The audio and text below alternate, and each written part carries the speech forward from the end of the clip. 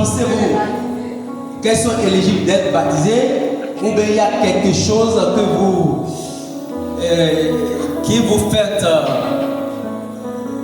comment appelle-t-on réserver par rapport à leur décision?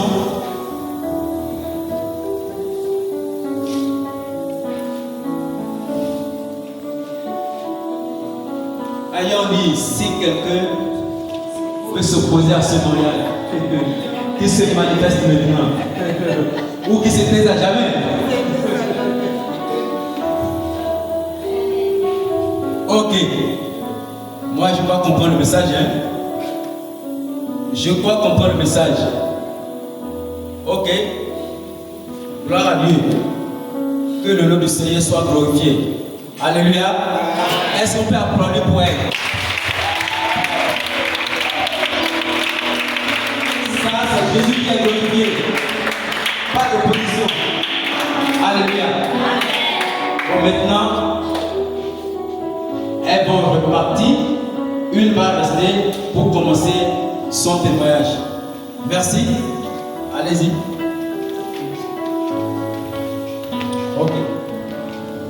Bonsoir.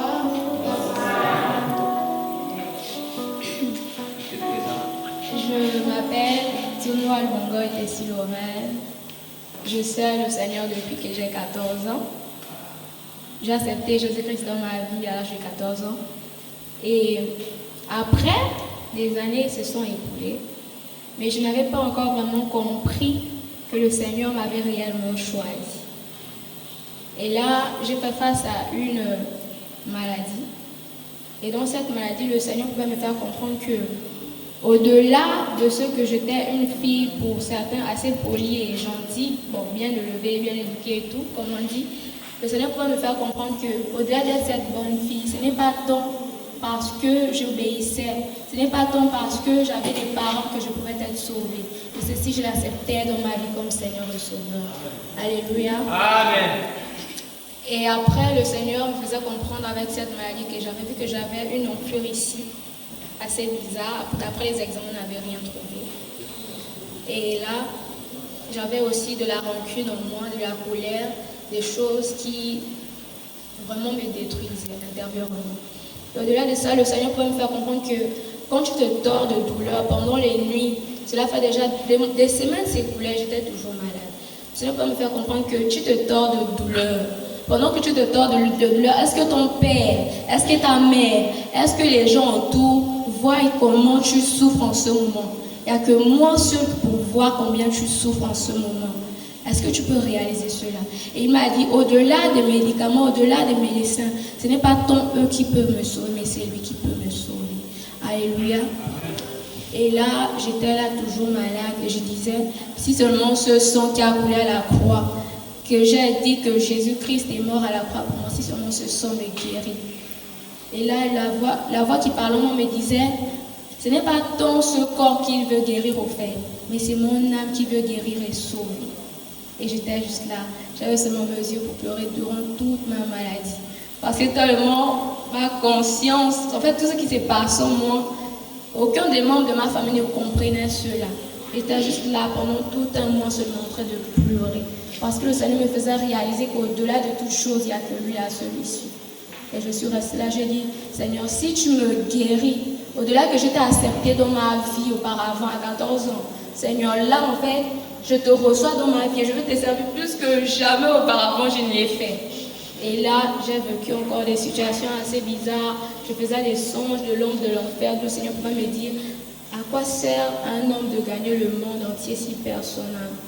J'étais juste là, je disais, waouh, le monde est vraiment terrible, sans oublier que Satan ne nous aime pas. Et ce soir, j'aimerais dire qu'au-delà qu'on est jeune, on peut servir le Seigneur. J'avais accepté Jésus dans ma vie. Il manquait quelque chose, c'était la prise de conscience. Que je prenne conscience que Jésus était mort pour moi à la croix. Et je réalise en fait qu'il y avait une puissance dans sa mort à la croix. Aujourd'hui, quand je prie, je réalise ça, je dis juste que c'est merveilleux. Jésus-Christ est merveilleux, il est mort à la croix pour moi. Mais pour toute personne qui veut l'accepter, le recevoir dans sa vie. Alléluia. Amen. Que Dieu vous bénisse.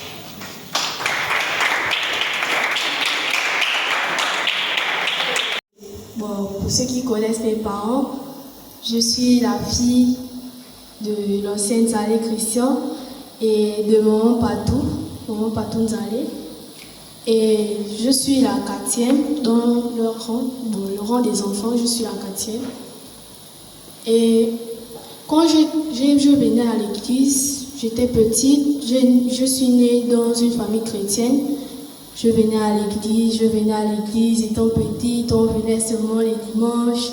Tu viens seulement, c'est les parents vous disent, allez, on part à l'église. Mais je n'avais pas encore compris vraiment que, en fait, je venais juste à l'église pour les parents, en fait. Je n'avais pas encore compris qu'il existait un Dieu, on parlait à l'école, oh Jésus, Jésus, Jésus. Mais j'étais juste là, avec les parents et tout, vous venez à l'église, mais c'était pas vraiment ça. C'est quand je grandis, à l'âge de 13 ans, en fait, je comprends maintenant que, donc on parle d'un homme qui a donné sa vie pour moi. Donc je suis là, je vis là, il y a quelqu'un qui a donné sa vie pour moi. Je suis là. Et après, on organise un séminaire. Et après un séminaire, une campagne d'évangélisation, on avait suivi un film, Yatin. Et c'est là où le film, il y avait des gens qui pratiquaient des choses mystiques, bizarres. Mais après, je regarde le film, je vois que, il parle de Jésus, il y a des évangélistes qui viennent là, ils prêchent de Jésus aux gens. Mais il y a d'autres qui viennent, oh, partez, on ne veut pas de Dieu, on est là, on a nos fétiches, on vit pour ça, on n'est pas dedans.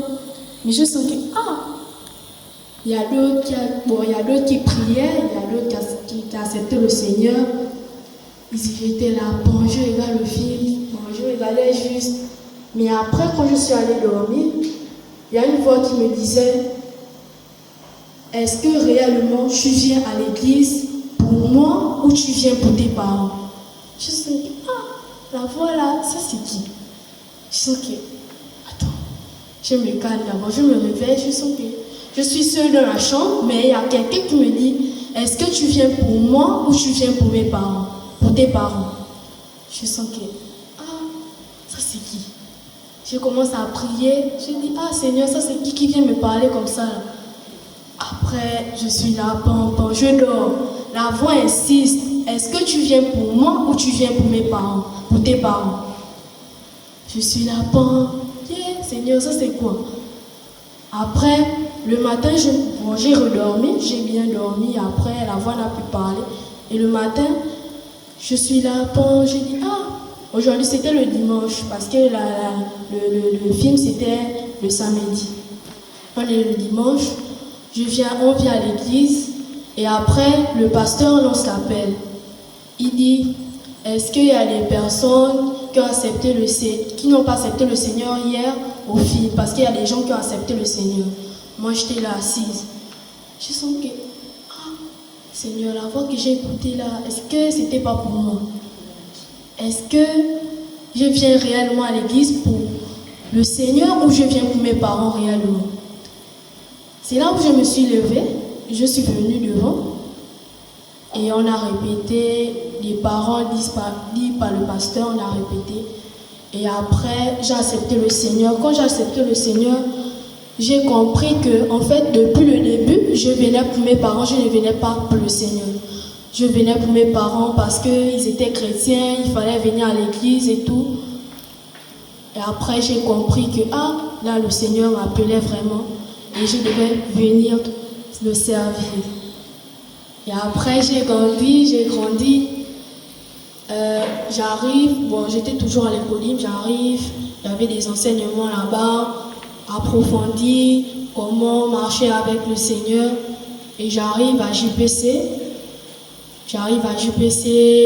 on prêche toujours de Dieu. Et après, je commence à venir au comité louange. C'est là où Dieu, au fur et à mesure, je commençais à faire des choses que je ne comprenais pas dans mon ministère, parce que moi c'est la louange. Il y a des chants que je ne maîtrisais pas, il y a des choses que je ne pouvais pas faire, que je n'arrivais pas à faire, que maintenant, aujourd'hui, j'arrive à faire. je suis arrivée au comité louange. J'ai fait peut-être 1 an et demi au comité louange. Quand je suis arrivée au comité louange, parce qu'avant on était au peuple, je suis venue avec Maëva, on était là nous deux.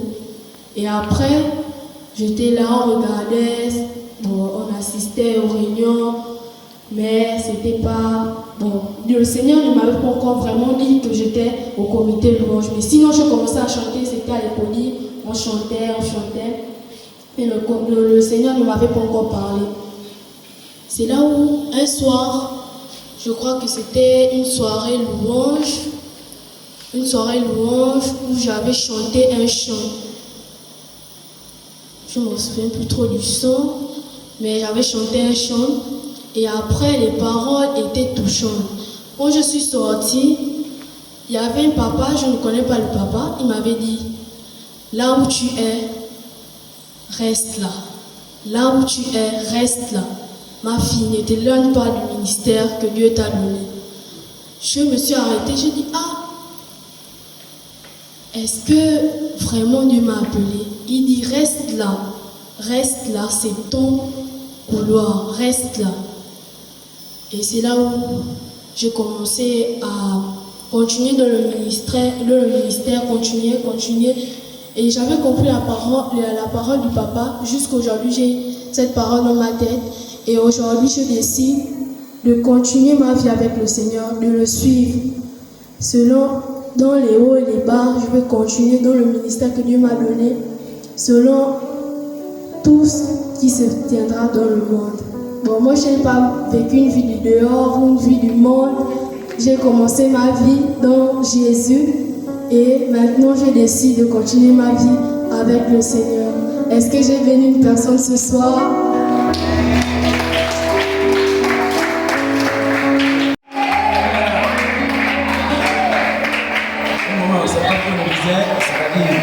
Ce que tu étais, d'accord, avant d'entendre parler de Jésus, et comment tu as fait la rencontre de Jésus, d'accord, et tu as accepté ce Jésus, et tout ce qui a été transformé en toi. Bonsoir les mamans. Bonsoir. Bonsoir les bébés. Bonsoir les papas.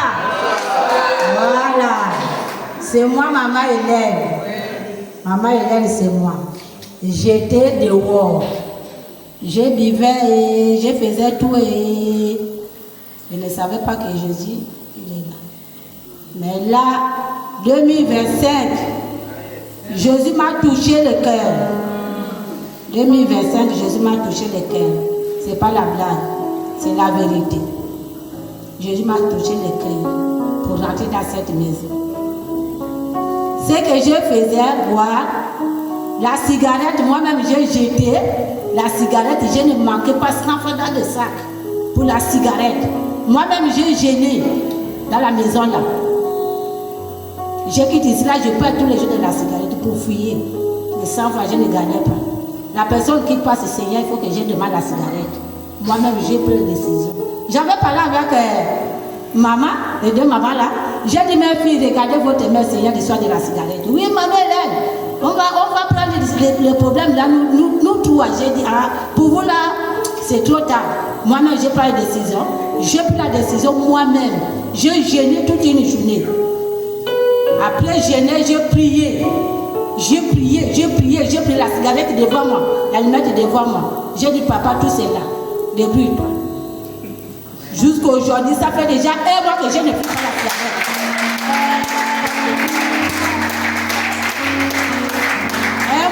Je ne fuis pas la cigarette. Mais je ne manque pas 50 francs pour prendre mon pain le matin. Avant, je n'étais pas comme ça. C'est-à-dire que le Seigneur m'a aidé. J'étais dans le noir. Je suis déjà dans la lumière.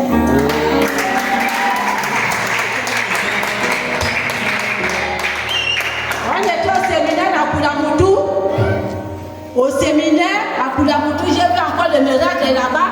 C'est que Dieu m'a fait. Je prenais le banc, le premier banc, pour aller écouter la parole de Dieu. Je vois il y a quelque chose qui m'a touché ici là. Il y a ça dans ma tête là. Je dis Seigneur, je regarde derrière comme ça. Il n'y a personne. Quand on est sorti, j'ai parlé avec le maman là. Ils maison là, j'ai dit que mes filles, je viens me rendre là-bas. Il y a quelque chose qui m'a pillé la tête comme ça, là, mais c'était glacé. Je n'ai même pas vu la personne. Moi, aujourd'hui, ça c'était le Seigneur. J'étais dans le noir. Je suis déjà dans la maison de Dieu. Nous j'ai accepté le Seigneur que jusqu'à.